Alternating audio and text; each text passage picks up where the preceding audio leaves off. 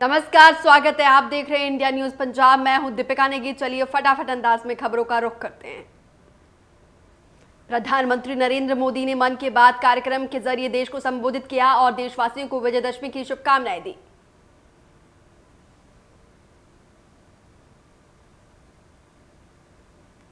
PM Modi ने लोगों से सावधानी से त्योहार मनाने की अपील की। इसके साथ ही उन्होंने लोगों को वोकल फॉर लोकल बढ़ावा देने का संकल्प लेने की भी अपील की।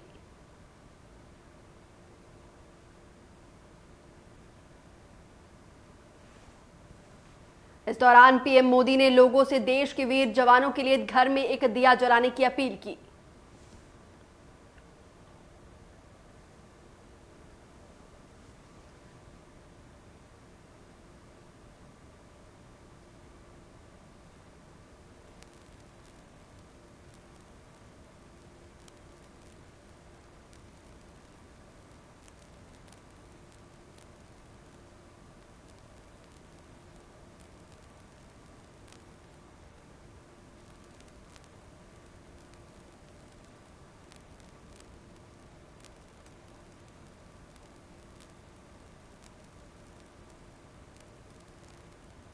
पीएम ने कहा कि दशहरा असत्य पर सत्य की जीत का पर्व है, तो साथ ही ये त्योहार संकटों पर जीत का भी उत्सव है।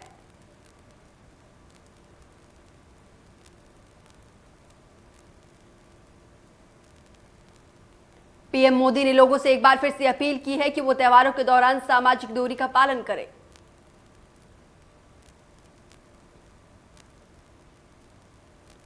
इस दौरान प्रधानमंत्री नरेंद्र मोदी ने खादी का जिक्र करते हुए कहा कि खादी हमारी सादगी का पहचान रही है, लेकिन हमारी खादी आज इको फैब्रिक फ्रेंडली रूप से जानी जा रही है।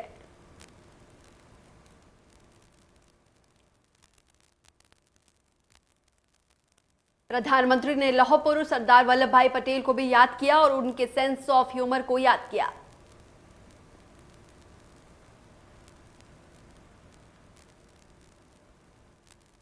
विजयदशमी के मौके पर रक्षा मंत्री राजनाथ सिंह ने पश्चिम बंगाल के दार्जिलिंग के सुकमा युद्ध स्मारक पर शस्त्र पूजन की।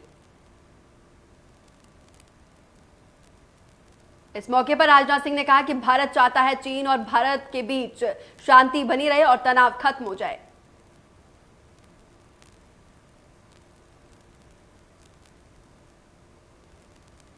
राजनाथ सिंह ने कहा कि पूरी तरह से मैं आश्वस्त हूं कि हमारी सेना किसी को भी देश की एक इंच जमीन पर भी कब्जा नहीं करने देगी।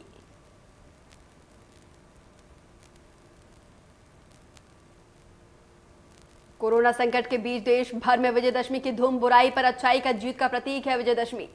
सोशल डिस्टेंसिंग के किया जाएगा रावण दहन।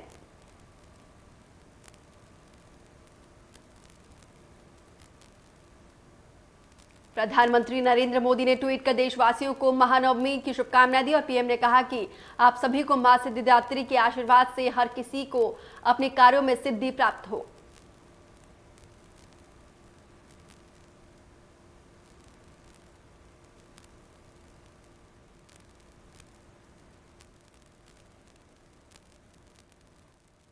कोरोना वायरस के बीच देश भर में दशहरा का पर्व मनाया जा रहा है। इस मौके पर राष्ट्रपति रामनाथ कोविंद ने देशवासियों को दशहरे की बधाई दी।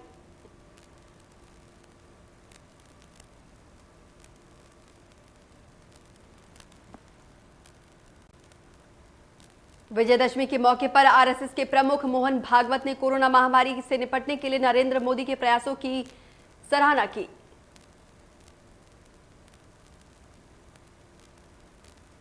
वहीं मोहन भागवत ने कहा कि दुनिया के मुकाबले भारत में कोरोना बीमारी से कम नुकसान हुआ है।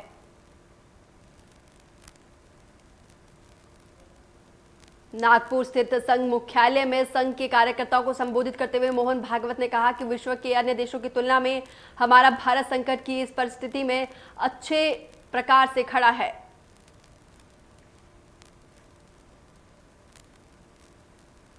मोहन भागवत ने कहा कि कोरोना के प्रभावों के बारे में बढ़ा चढ़ाकर बताया गया है। इसका एक लाभ ये हुआ कि जनता अतिरिक्त सावधान रही और उसका नुकसान कम हुआ।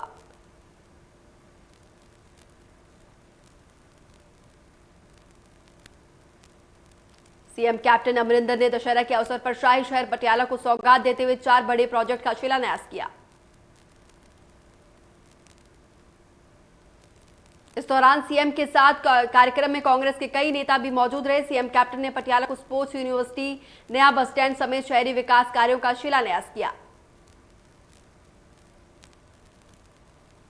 इन विकास कार्यों से पटियाला की कायाकल्प होगी, जिसमें करीब 1100 करोड़ रुपए खर्च किए जाएंगे।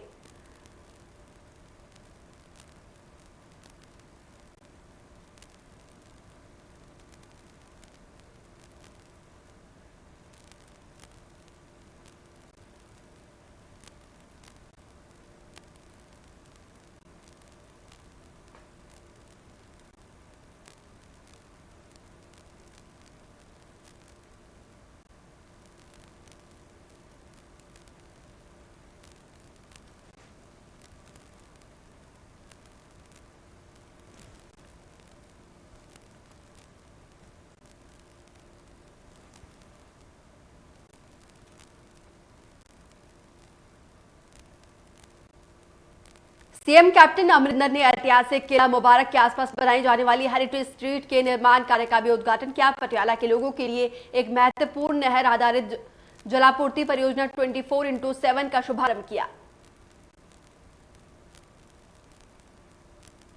इस अवसर पर सीएम कैप्टन ने पंजाब शहरी आवास योजना के तहत आर्थिक रूप से कमजोर लोगों के लिए आवास के 4 लाभार्थियों को आवंटन पत्र विस्तृत करके योजना का व्यवहारिक रूप से शुभारंभ किया।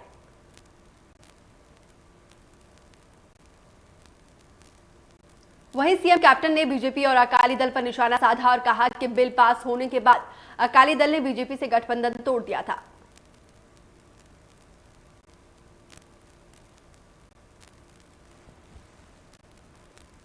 सीएम कैप्टन ने एक बार फिर से किसानों से रेलवे ट्रैक पर धरना खत्म करने की अपील की।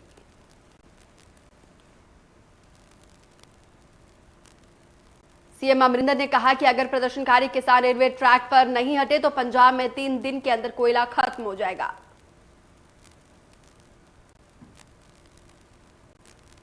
सीएम अमरिंदर ने बताया कि सरकार के पास बाहरी राज्यों से बिजली खरीदने के लिए पैसे नहीं है, जिसका असर आम इंसान पर पड़ेगा।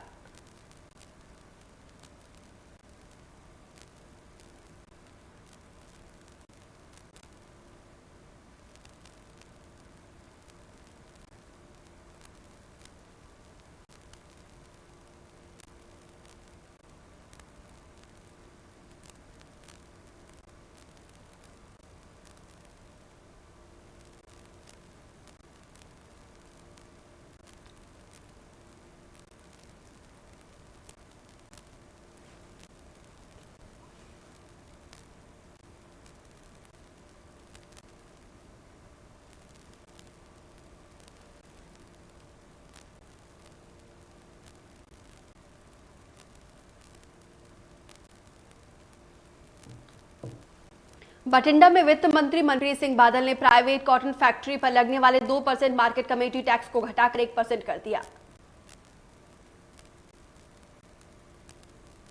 मनप्रीत बादल ने कहा कि सरकार ने जो जिम्मेदारी दी है मैं उसे बखूबी से निभा रहा हूं और आगे भी निभाता रहूंगा। वहीं वित्त मंत्री मनप्रीत सिंह बादल ने कहा कि जो थर्मल प्लांट की जगह पर फैक्ट्रियां लग रही है उसमें 1 लाख लोगों को रोजगार मिलेगा और उन्हें नौकरी मिलेगी।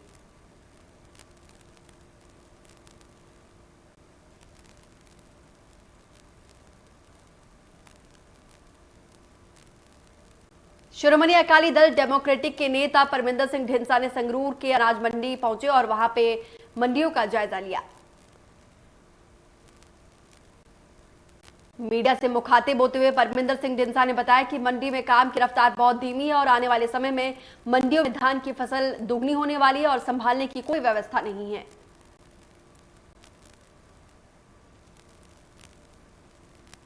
कृषि कानून पर परमिंदर सिंह ढींसा ने कहा कि पंजाब में कोई भी नेता इस कानून के खिलाफ एकजुट नहीं है। सदन में नेता की जुबान कुछ और होती है और बाहर आकर बदल जाती है। किसानों पर सिर्फ राजनीति हो रही है।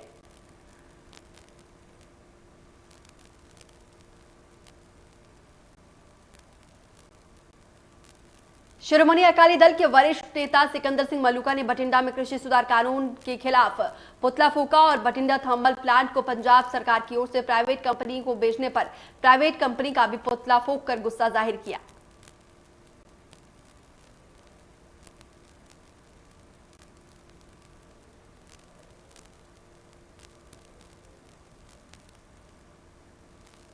केंद्र सरकार के कृषि कानून के खिलाफ पंजाब में विधानसभा सत्र में बिल पास हुआ था, जिसको लेकर हरियाणा के शिक्षा मंत्री कंवरपाल गुर्जर ने कैप्टन सरकार पर निशाना साधा। हरियाणा के शिक्षा मंत्री ने कैप्टन अमरिंदर सिंह पर कहा कि ऐसा करके कैप्टन खुद जो है शहीद होना चाहते हैं, वो चाहते हैं कि उनकी सरकार तोड़ दी जाए।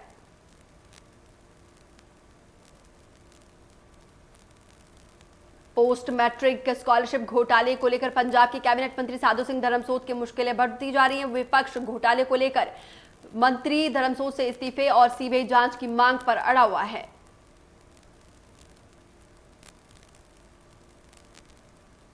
फाजिल्का में एक परिवार में 7 बच्चों ने जन्म लिया, जिनमें से 3 की मौत हो गई। बाकी 4 बच्चे जन्म से दिव्यांग हैं, जिनका इलाज करवाने के लिए परिवार ने जमीन बेच दी है। इलाज ना रुके, इसके लिए परिवार ने बैंक से 25 लाख रुपए का कर्जा भी लिया है, लेकिन अब तक इलाज नहीं हो पाया है। पीड़ित परिवार का कहना है कि नेता केवल वोट मांगने के लिए आते हैं, लेकिन मदद के लिए कोई सामने नहीं आता। वहीं पीड़ित परिवार ने प्रशासन से मदद की गुहार लगाई है।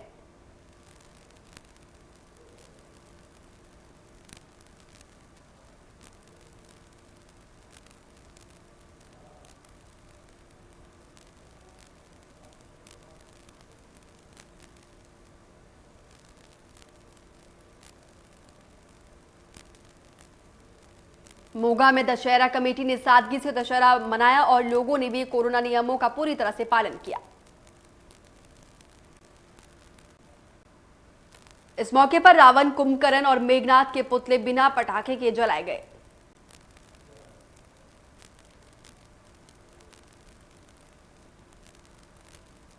पटियाला में सीएम कैप्टन के कार्यक्रम स्थल से कुछ ही दूरी पर एनएसआईएस में फायरिंग हुई, जिस हादसे में लोग जख्मी हो गए।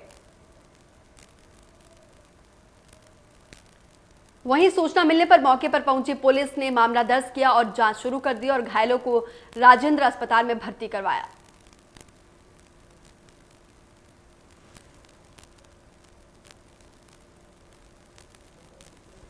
लुधियाना के ताजपुर रोड स्थित गीता कॉलोनी में आग लग गई और हादसे में करीब 8 लोग जख्मी हो गए, जिनका नजदीकी अस्पताल में इलाज चल रहा है।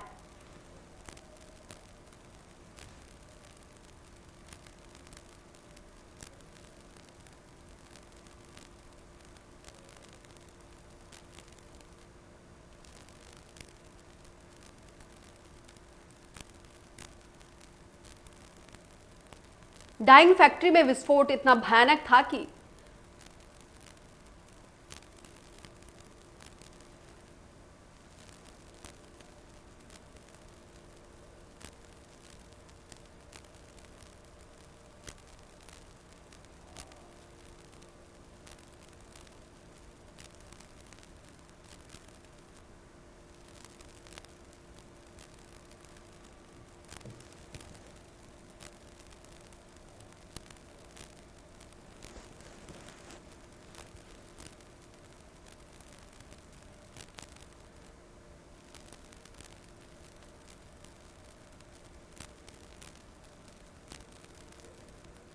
डाइंग फैक्ट्री में विस्फोट इतना भयानक हुआ कि मशीन के परखच्चे तक उड़ गए और उसके टुकड़े आसपास के इलाकों के घरों में छत में जाकर गिरे, जिससे पूरे इलाके में दहशत का माहौल है।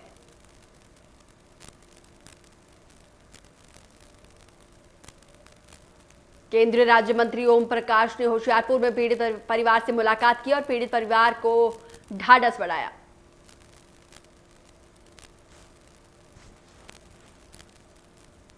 इस दौरान ओम प्रकाश ने पीड़ित परिवार को केंद्र सरकार की तरफ से हर संभव मदद का भरोसा दिया और दोषियों के खिलाफ कड़ी कार्रवाई करने की बात कही।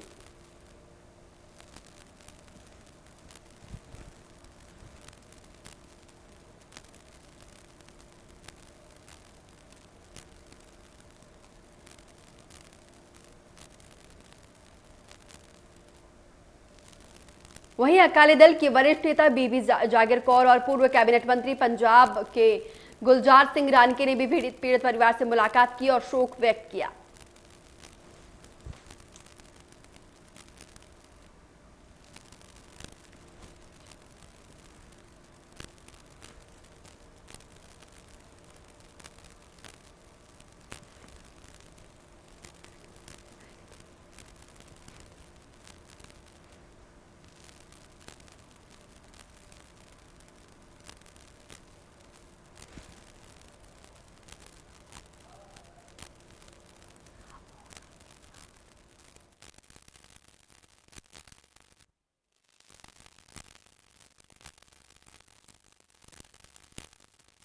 पीएम मोदी ने मन की बात के कार्यक्रम में आत्मनिर्भर भारत और एक भारत श्रेष्ठ भारत सहित कई ऐतिहासिक बातों का जिक्र किया था, जिस पर सीएम जयराम ठाकुर ने ट्वीट किया और प्रधानमंत्री के बताए गए मार्ग पर चलने की बात कही।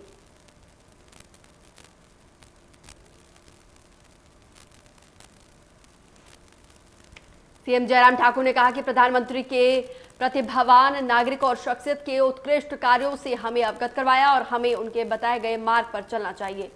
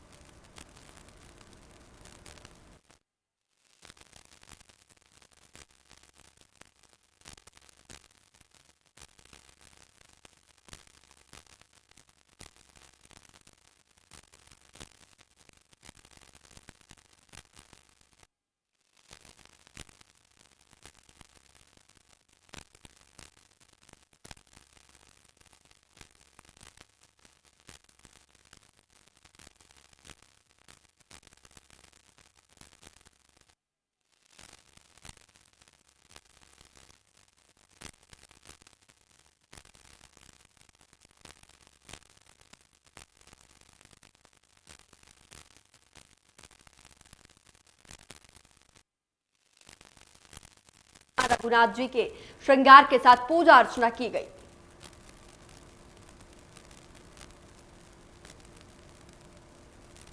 इस अवसर पर सैंज घाटी के देवता लक्ष्मी नारायण सहित अन्य देवी देवताओं ने भगवान रघुनाथ के दरबार में हाजिरी दी।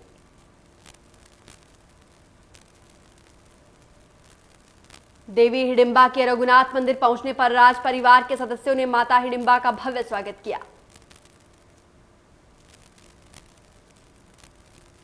इस बार कोरोना के चलते प्रशासन ने मात्र 7 देवी देवताओं के रथों को आने की अनुमति दी है।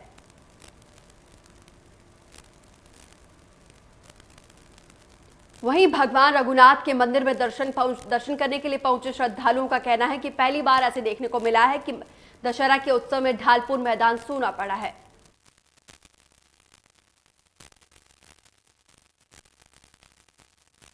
बिटिया फाउंडेशन की ओर से नारायणगढ़ में बैठक का आयोजन किया गया और बैठक में बच्चियों और महिलाओं से अत्याचार की घटनाओं को लेकर विस्तार में चर्चा की गई।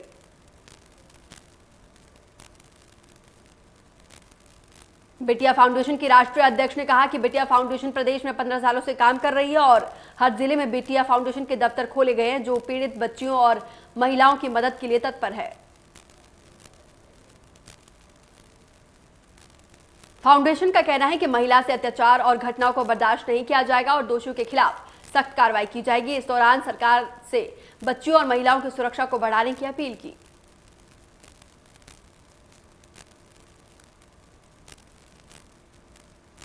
कृमि दिवस को लेकर नाहन में स्वास्थ्य विभाग ने बैठक का आयोजन किया और सिरमौर में कृमि दिवस का आयोजन 4 नवंबर से 10 नवंबर तक किया जाएगा। सिरमौर के स्वास्थ्य अधिकारी डॉक्टर निर्दोष भारद्वाज ने कहा कि इस बार कोरोना के चलते एहतियात बरतते हुए स्वास्थ्यकर्मी घर घर जाकर बच्चों को एल्बेंडाजोल की दवाइयां वितरित करेंगे।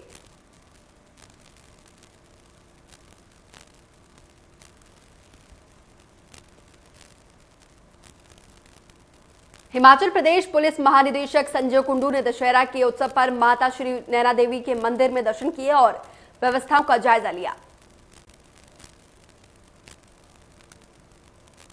संजय कुंडू ने प्रदेशवासियों को संदेश देते हुए कहा कि दशहरा बुराई पर अच्छाई की जीत का प्रतीक है। हम सबको इससे प्रेरणा लेनी चाहिए और हमें हमेशा अच्छाई और सच्चाई का साथ देना चाहिए ताकि शांति बनी रहे।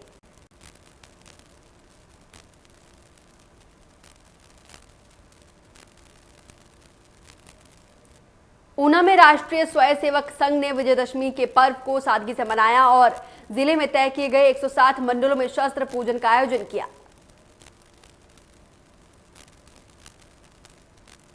इस दौरान राजेश पंडित ने कहा कि कोरोना के चलते इस बार संघ ने कोरोना नियमों के साथ दशहरा का पर्व मनाया है।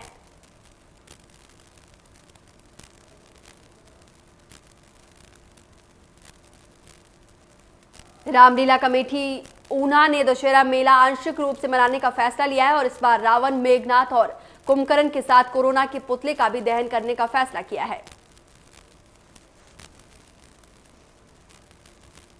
हरियाणा के यमुनानगर से आए कारीगर मोहम्मद आरिफ की टीम इन पुतलों की अंतिम रूप देने में जुटी हुई है।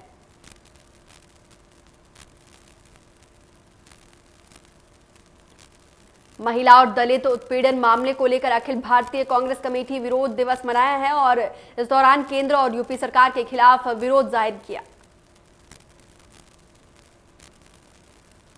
अखिल भारतीय कांग्रेस कमेटी ने विरोध रैली निकालकर महिलाओं के साथ हो रहे अपराध की निंदा की और घटनाओं पर अंकुश लगाने की मांग की।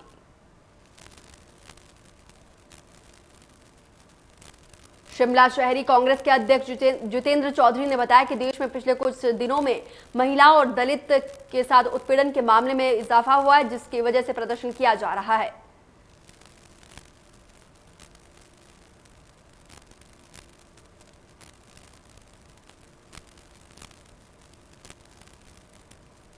ऊना के महतपुर बसदेड़ा में रजाई पिजाई की दुकान में भीषण आग लगी। आग की लपटों से वहां खड़ा ट्रक भी चपेट में आया।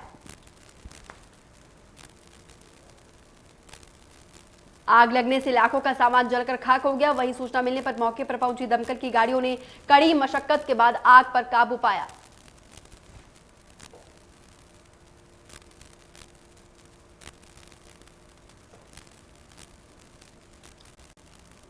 पूरी दुनिया में कोरोना के आंकड़े 4,29,00,000 के पार। अब तक 11,54,000 से ज्यादा मरीजों ने गंवाई जान। पूरी दुनिया में अब तक 1 करोड़ से ज्यादा एक्टिव केस।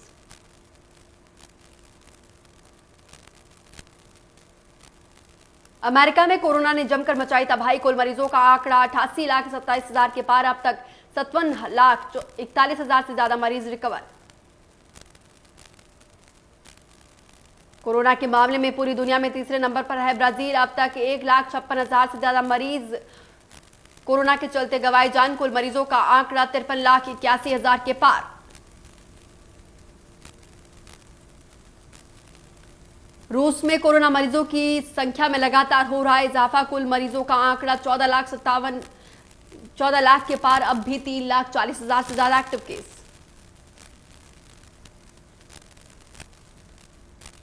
देश में कोरोना पर लग रही है लगाम। 24 घंटे में सामने आए 50,000 से ज्यादा नए केस। कुल मरीजों का आंकड़ा 78 लाख के पार।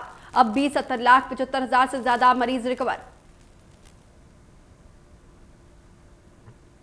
महाराष्ट्र में कोरोना से एक दिन में 137 मरीजों ने गंवाई जान। कुल मौत का आंकड़ा 43,152 के पार। अब भी 1,40,000 से ज्यादा एक्टिव केस। तमिलनाडु में कोरोना से हाहाकार। एक दिन में सामने आए 4,471 नए केस। अब भी 31,700 से ज्यादा एक्टिव केस। अब तक 10,800 से ज्यादा मरीजों की मौत। उत्तर प्रदेश में कोरोना से लोगों का बुरा हाल। एक दिन में सामने आए 2,178 नए केस। अब तक 4,33,000 से ज्यादा मरीजों ने कोरोना को दी मात। 27,500 से ज्यादा एक्टिव केस। मध्य प्रदेश में कोरोना की रफ्तार हुई धीमी। प्रदेश में एक दिन में 1,000 से ज्यादा नए केस आए। 20 मरीजों ने गंवाई जान।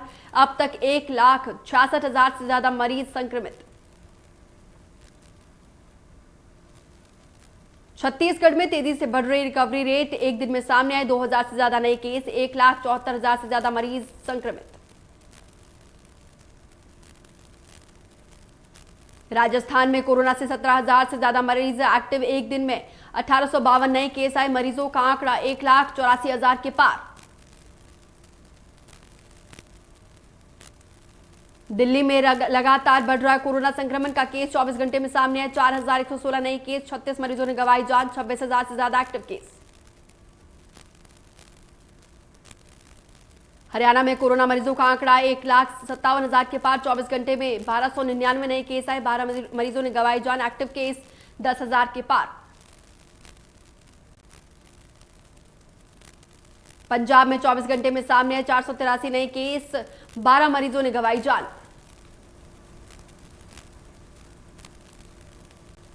पंजाब में कुल संक्रमितों का आंकड़ा 1,30,000 के पार। प्रदेश में 4,000 से ज्यादा एक्टिव केस। पंजाब में 1,22,000 से ज्यादा मरीजों ने कोरोना को दी मात।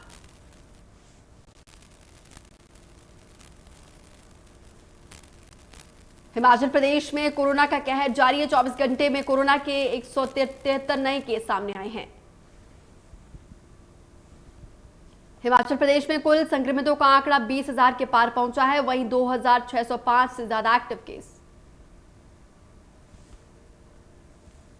हिमाचल प्रदेश में कोरोना के चलते 285 मरीजों ने गंवाई जान।